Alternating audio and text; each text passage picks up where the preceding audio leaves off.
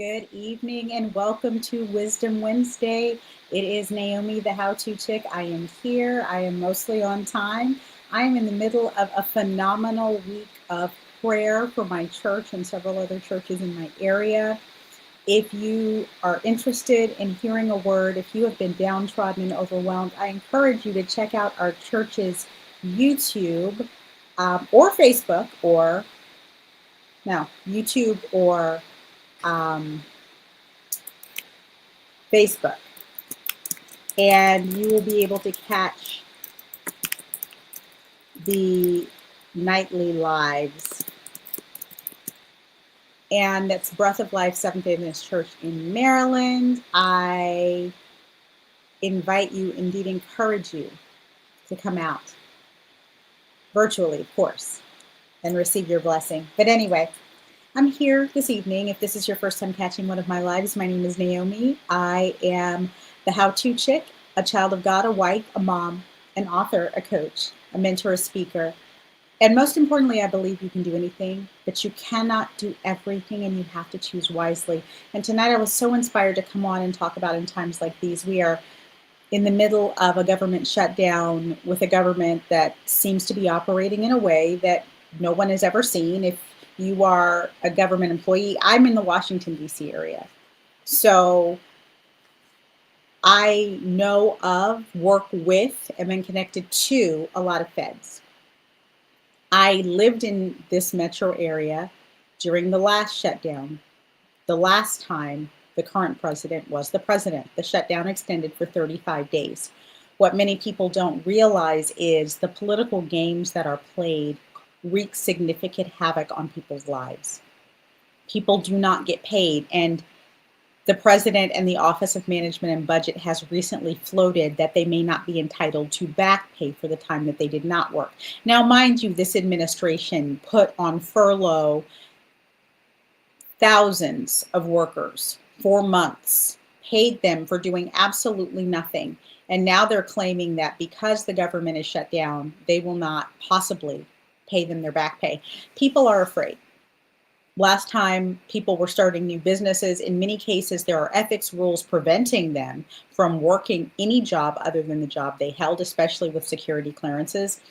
There are a lot of things that go into what is happening, but it's not just happening in the microcosm that is this Washington, D.C. metro area. It's happening across the nation if you're in the United States. People are losing jobs. I think I've said this. The latest job numbers did not come out because of the shutdown, but the prior job numbers noted that over 326,000 Black women have been displaced in 2025. What is happening right now is intentional and deliberate. It doesn't feel good, and it is causing deliberate, let me not mince words, stress and anxiety and fear. And so my word tonight is just entitled In Times Like These. And I just want to remind us that God covers his people.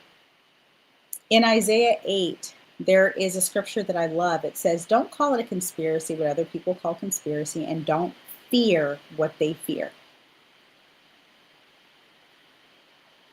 Seek the face of God. Make Jehovah Sabaoth, the Lord of angel armies, I love that word for God, holy in your life. He's the only person you should fear. He's the only person before whom you should tremble. He will keep you safe. And the reminder for me was simply that God is in control, even when it doesn't look like it, even when it doesn't feel like it, even when everything that's going on feels unfortunate. Isaiah 8 says God will cover his people when they wait for him, when they hide their face. I love that because this is like New King James.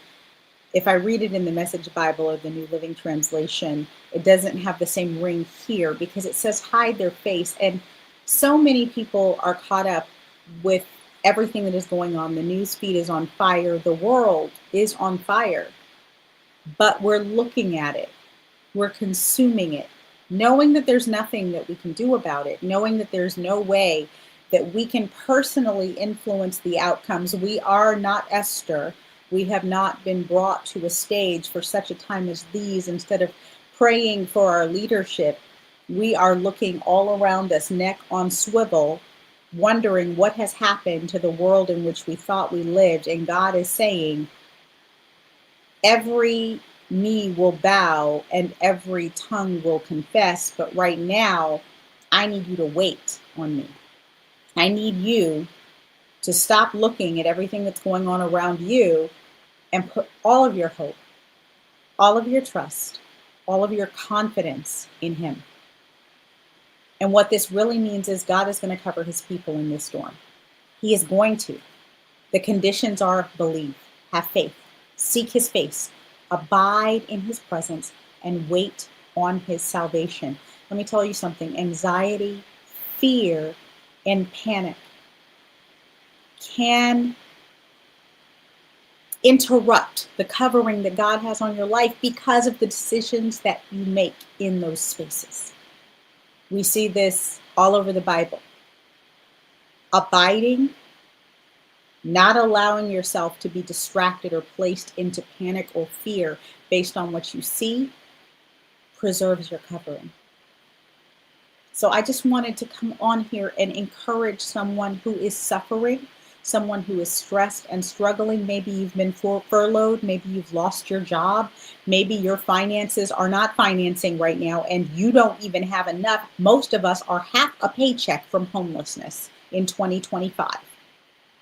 This is by design. And something I want to encourage you of is this: when something is so far outside of your control that there is nothing you can do about it, that is the best situation to find yourself in, because it's a situation where you have no business having anxiety, fear, or worry. The only thing that will preserve you right now is faith, is hope, is claiming the promises of God over your life and believing that He is going to do it. And I want to encourage you, yes, take the practical steps, especially if you have been laid off and not furloughed. Update your resume, make it clean, make it targeted. If you have the funds to do it, get someone to look at it if you've been in your role for a long time, because many of us leave our soft skills off, and those are the ones that pay the bills. And let me tell you something, if there's anything women, mothers, Black women have, it's soft skills in abundance. We can do the things.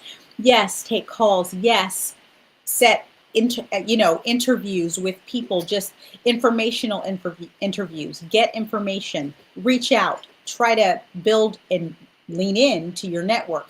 Build your relationships intentionally. But no, don't fear. No, don't panic. No, don't sit yourself at your computer and promise yourself that you can't get up every day until you've applied for 20 or 30 or 50 jobs. Don't do that. Stop the shotgun strategy. 50 rushed applications just invite stress, rejection, and heartache. And the truth is, you probably didn't want to work for but maybe one, maybe two of those jobs anyway. But I want to encourage you tonight. There is a practical remedy to wait without spinning your wheels. Before I do this, I told you in 2022 that I lost my job.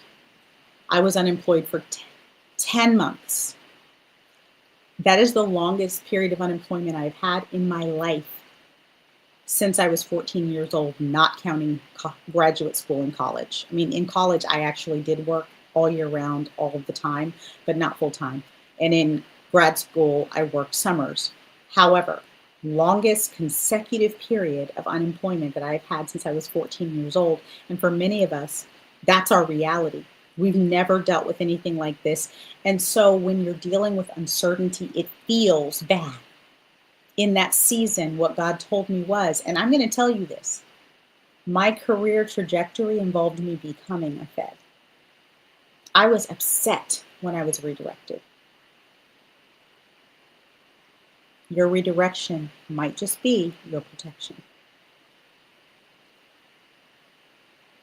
God gave me very clear instructions when to apply, to whom to apply, and where I am is not a place that I thought that I was going, but it was the right fit. So, how to wait without spinning your wheels. 1, worship first. Worship first. Start your day with Psalm 27 and Isaiah 8. Pray, Lord, be my dwelling place, my habitation, my sanctuary, whatever words you want to use today. 2, ask and you shall receive. Ask with precision. Lord, reveal the assignment that you have for me today and show me 1, 2, 3, 5 roles. The higher up you are, the smaller the universe of jobs for which you probably are willing to work. So show me 2 jobs, 3 jobs, 5 jobs, whatever is realistic. Or you can say, Lord, show me any job that I should pursue this week, and then write them down. This requires listening. And you can do this in your prayer time. When I pray, I use my journal, and that's why I have my pen here, because I brought my journal. I know you all have seen this before, but when I pray, I journal my prayers. Why? So I can go back and read about what God did, and He's going to do it. Write them down. I invest in preparation. Tighten up your resume and LinkedIn. Prepare a 60-second, take your time. Prepare a 60-second value-driven introduction. This has nothing to do with your education. It has nothing to do with your family. It has nothing to do with your experience. It has nothing to do with the jobs that you would like to pursue, and everything to do with the value that you add to those roles. This is where many women miss, because our resumes are objective based. I'm seeking a role doing this. Yes, but what do you bring to that role? 60 seconds of value. You can look it up on YouTube if you've never seen it before. Then gather 2 stories that prove how you have been able to get outcomes in the types of roles that you're seeking, or with a difficult and thorny problem that would arise in the type of role that you're seeking. And then schedule 1 or 2, maybe even 3 informational calls with people in your network who may be able to help you. I encourage people to look up informational interviews. You are not going in to sit down, to have a cup of coffee, and to say, is your job hiring? I need a job. You are going in to say, I would like to meet with you to talk about, and this is where your value intro comes in, where I should be looking based on these skills, which I think are the best fit and the ones that add the most value to organizations. And then wait, if you are specific in your ask and you don't say, hey, can I pick your brain? Or hey, do you have time for a quick call? You're much more likely to have people respond to your request for informational interviews.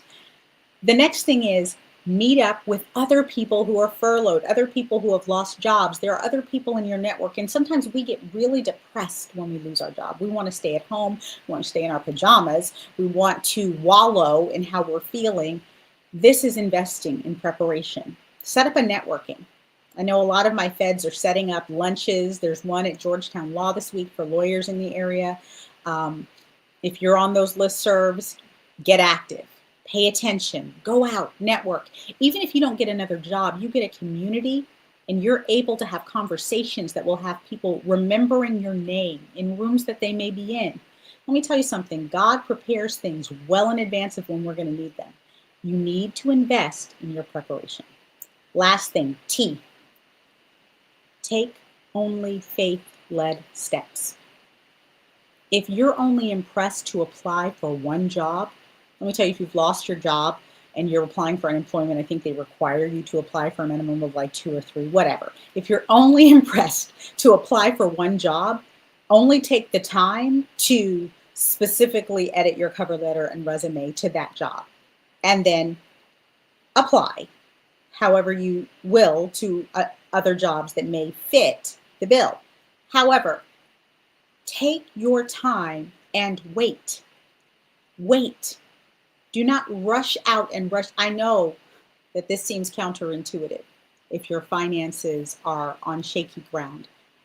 But that's where part 1 comes in, worshiping first. My God will supply all of my needs according to his riches and glory. Apply to roles that match your calling, your relationships, and the results that you have been able to achieve in other places. You know, there is something that I love doing that was a part of something that I hated doing. And when I transitioned into the role that I'm in now, I thought that I would not be able to do any of it. I'm doing the best parts And the parts that I absolutely hated, no longer my concern because I've transitioned roles. There are some times that God is shifting to align us better.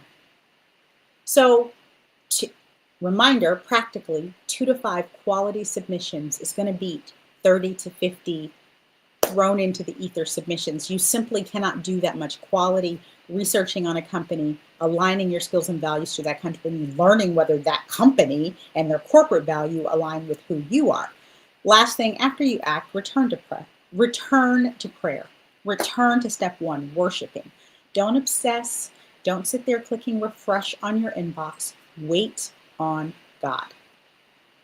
Isaiah 8 gives us some really good boundaries. We're not supposed to fear what other people fear. We're not supposed to be running off to chase every rumor or headline. We're not supposed to be winging it and running ahead of the voice of God. Treat God as God. Let him be God. Trust his timing and let him be your covering and protection. So I just encourage you to take that time to wait with intention. I am praying for you. I am praying with you, but I have seen the goodness of God in the land of the living. So tonight is to encourage you to wait with God. And as another gentle reminder, you can do anything, but you cannot do everything. If you let God choose, you've done the better portion.